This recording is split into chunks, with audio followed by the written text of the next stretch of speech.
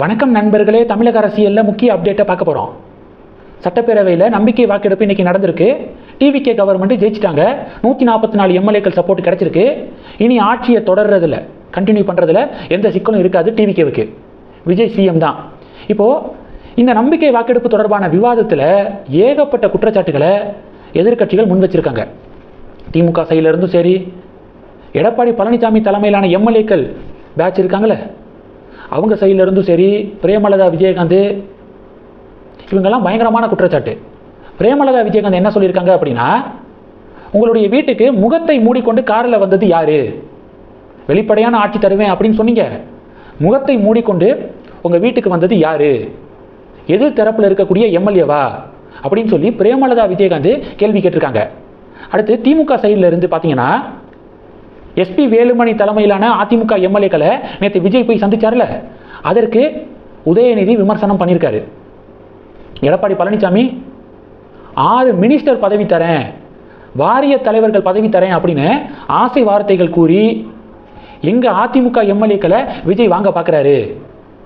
பதவிக்கு ஆசைப்பட்டு அதிமுக எம்எல்ஏக்களில் முன்னாள் அமைச்சர்கள் தலைமையிலான ஒரு குரூப்பு அங்கே போக பார்க்குறாங்க அப்படின்னு ஒரு பக்கம் எடப்பாடி பழனிசாமி சொல்லியிருக்காரு. அடுத்து ஜோசியர் நியமனம், ஆஃபீஸர் ஆன் ஸ்பெஷல் டியூட்டி அப்படிங்கிற பிரிவுக்கு கீழே முதலமைச்சருடைய அரசியல் பிரிவு அதிகாரியாக விஜயுடைய ஜோசியர் நியமிக்கப்பட்டார்ல, அதுக்கு கடுமையான எதிர்ப்பு. இந்த எதிர்ப்பின் எதிரொலியாக இப்போ தமிழக அரசாங்கம் அதை வாபஸ் வாங்கியிருக்காங்க. ரத்தன் பண்டிட் வெற்றிவேலுடைய நியமனத்தை தமிழக அரசாங்கம் ரத்து பண்ணியிருக்காங்க. அடுத்து மன்னார்குடி எம்எல்ஏ டிவிகே கவர்மெண்ட்டுக்கு சப்போர்ட் பண்ணியிருக்காருல்ல, டிடிவி தினகரன் கடுமையான விமர்சனத்தை முன் வச்சாரு, கட்சியை விட்டே தூக்குனார்ல, அது பற்றியும் டிபேட் நடந்திருக்கு. ஆக மொத்தம் டிவிகே கவர்மெண்ட் மேலே எதிர்க்கட்சிகள் முன்வைக்கக்கூடிய குற்றச்சாட்டு என்ன அப்படின்னா, குதிரை பேரத்தில் ஈடுபடுறாங்களோ அப்படின்னு சந்தேகமாக இருக்குது அப்படிங்கிறதான் பிரதான குற்றச்சாட்டு. இதுக்கு மட்டும் விஜய் பதில் கொடுத்துருக்காரு. குதிரை வேகத்தில் ஆட்சி செய்கிறவங்க நாங்கள் ஆட்சி செய்யணும் அப்படின்னு நினைக்கிறோம், குதிரை பேரத்தில் ஈடுபடுறவங்க நாங்கள் கிடையாது அப்படின்னு விஜய் ஒரு விளக்கம் கொடுத்துருக்காரு. மற்ற எந்த குற்றச்சாட்டுகளுக்கும் விஜய் கிட்ட இருந்து, முதல்வர் விஜய் கிட்ட இருந்து எந்த ஒரு ரெஸ்பான்ஸும் வரல அப்படிங்கிறது குறிப்பிடத்தக்கது. அடுத்த செய்தி, இந்த மாதம் கடைசியில் தமிழக முதல்வர் விஜய் டெல்லி கிளம்புறாராம்.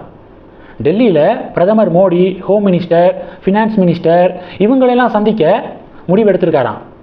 இந்த சந்திப்பின் போது தமிழகம் சார்ந்த கோரிக்கைகளை பிஎம், ஹோம் மினிஸ்டர் இவங்க கிட்ட மனுவாக சப்மிட் பண்ண இருக்காரு அப்படின்னு செய்திகள் வலம் வருது.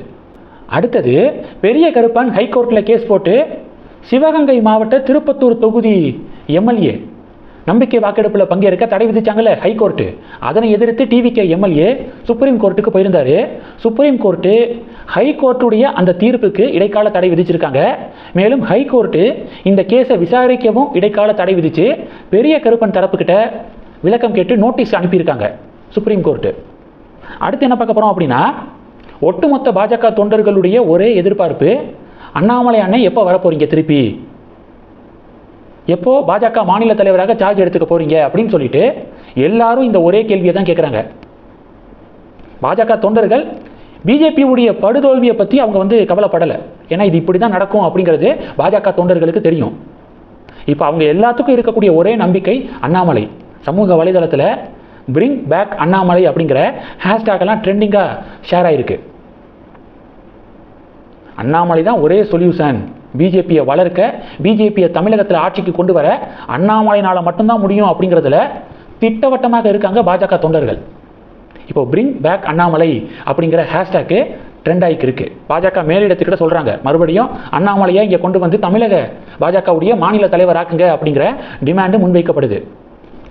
அடுத்து என்ன பார்க்க போகிறோம் அப்படின்னா, அடுத்து தமிழ்நாட்டில் சிஎம் பதவி ஏற்றாச்சு. இன்னைக்கு புதுச்சேரியில் முதல்வராக ரங்கசாமி அவர்கள் பதவி ஏற்றிருக்காரு. வெஸ்ட் பெங்காலில் ஸ்வெந்து அதிகாரி பதவி ஏற்றுட்டாரு. அசாமில் ஹிமந்த பிஸ்வ சர்மா பதவி ஏற்றுட்டாரு. இன்னும் ஒரே ஒரு மாநிலத்தில் மட்டும் யார் சிஎம் அப்படிங்கிறதே தெரியலை. பயங்கர சண்டை நடந்துக்கிருக்கு, உட்கட்சி சண்டை.